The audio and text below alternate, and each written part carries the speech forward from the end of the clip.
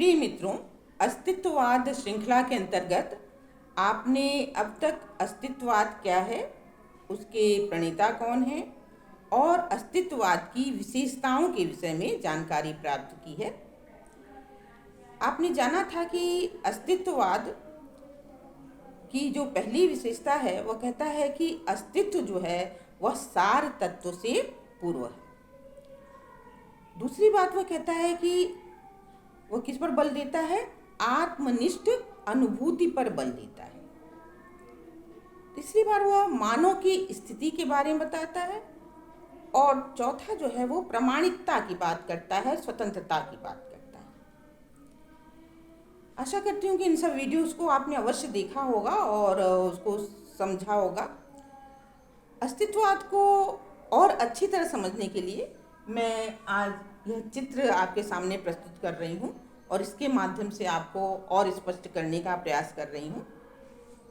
तो आप बोर्ड पे ये त्रिभुज देख रहे होंगे जिसके 3 कोण हैं, ए, बी और सी।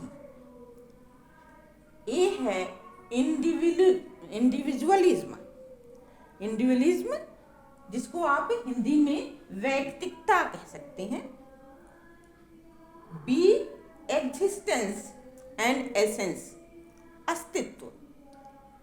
सी डेथ एंड नथिंगनेस, डेथ स्पष्ट है मृत्यु और नथिंगनेस नास्ति। अब हम लोग पहले पे चलते हैं एक कोण की तरफ, इंडिविजुअलिज्म, जिसको हमने बताया हिंदी में इसको क्या कहेंगे? वैयक्तिकता। तो आपने पूर्व वीडियो में जाना था कि अस्तित्ववाद जो है वैयक्तिकता को सर्वोपरि मानता है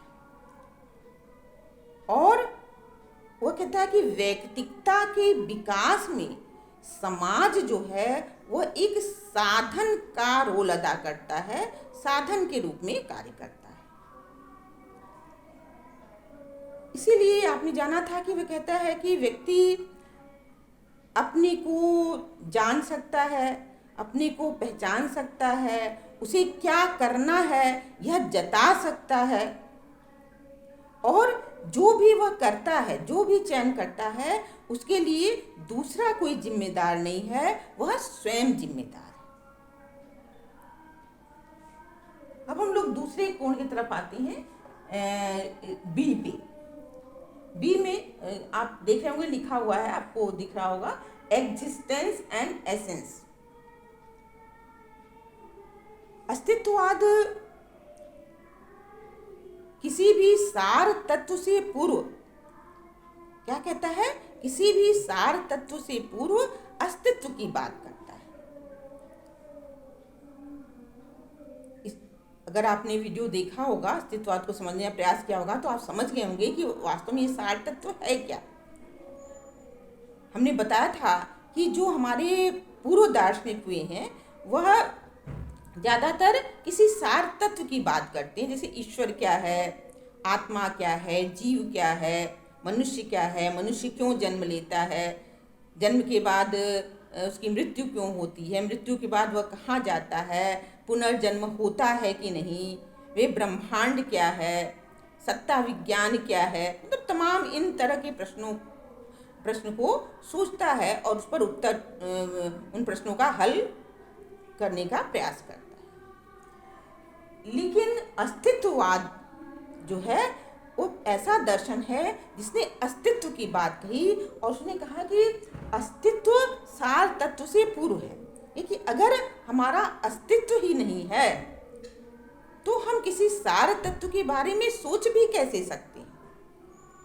इसीलिए इन्होंने एक विद्वान की बात को, जो कि वो उनका कहना था कि मैं सोचता हूँ इसलिए मेरा अस्तित्व हो, इसको उन्होंने संशोधित रूप में प्रस्तुत करते हुए कहा कि नहीं, मेरा अस्तित्व है इसलिए मैं सोचता हूँ।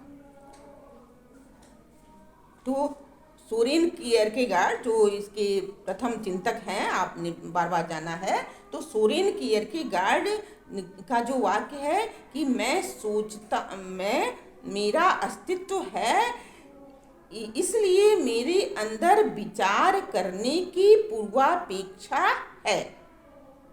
तो इस बात को यह स्पष्ट करने का प्रयास करता है कि अस्तित्व जो है वह सार तत्व से पूर्व है। जब हमारा अस्तित्व होगा तभी हम किसी विषय पर, किसी सार तत्व के विषय में विचार भी कर सकते हैं, सोच सकते हैं। अब हम आगे चलते हैं सी की तरफ। सी आप देख रहे हैं है डेथ एंड नथिंगनेस, मृत्यु और नास्ति। अस्तित्ववाद मृत्यु को सत्य मानता है, कहता है कि मृत्यु तो सत्य है, लेकिन किसी भी सत्य के पूर्व, किसी भी सत्य के घटित होने से पूर्व हमें किस चीज़ की आवश्यकता है? हमें अपनी वैयक्तिकता को सुरक्षित रखने की आवश्यकता है। हम कैसे अपनी वैयक्तिकता को सुरक्षित रखें? क्योंकि मृत्यु तो है, मृत्यु तो सत्य है, मृत्यु तो हम चाहें चाहे ना चाहें वो आनी ही है। ने कहा कि मृत्यु जो है वह मृत्यु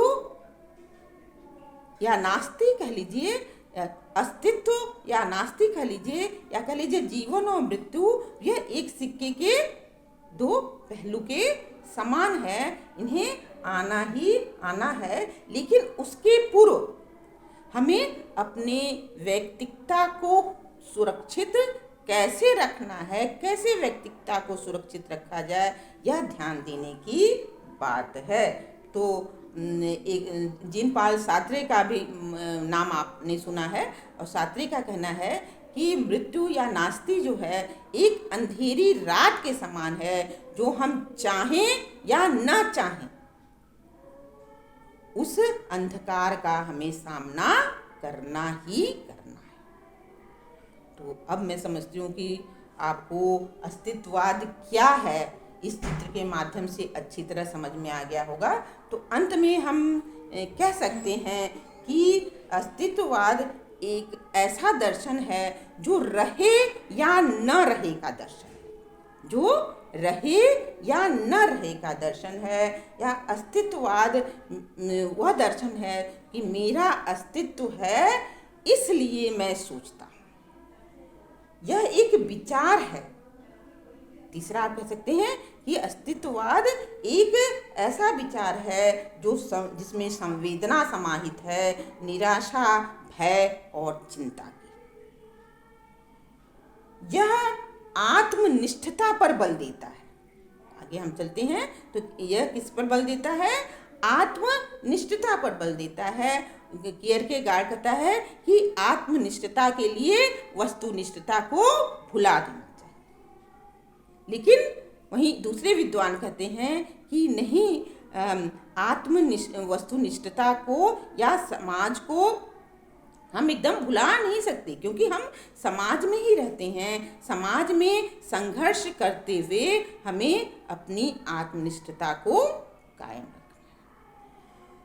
साथ ही साथ उनका यह वह दर्शन है जो अपने लिए विकल्पों का, अपने लिए जो भी चयन करता है, जिस भी विकल्प का चयन करता है, उसके लिए वह स्वयं उत्तरदायी है। तो इस तरह से अब आपको यह दर्शन शायद समझ में आ गया होगा। यहाँ पर मैं इसकी विशेषताओं को ही समाप्त कर रही हूँ, और नेक्स्ट वीडियो से हम लोग अस्तित्ववाद और शिक्षा के संदर्भ में देखेंगे कि इसका शिक्षा के क्षेत्र में क्या योगदान हो सकता है। तो आपको वीडियो देखने, लाइक करने, शेयर करने, और अगर आप चैनल पर नए हैं तो सब्सक्राइब करने के लिए बहुत बहुत धन्यवाद। और इसके पहले भी मैंने दोस्तों बताया है, आप अस्तित्ववाद के बाद किस टॉपिक पर या किस दर्शन पर जानकारी प्राप्त करना चाहते हैं, उसको हमें कमेंट बॉक्स में अवश्य सूचित करें। इसके लिए आपको बहुत बहुत धन्यवाद।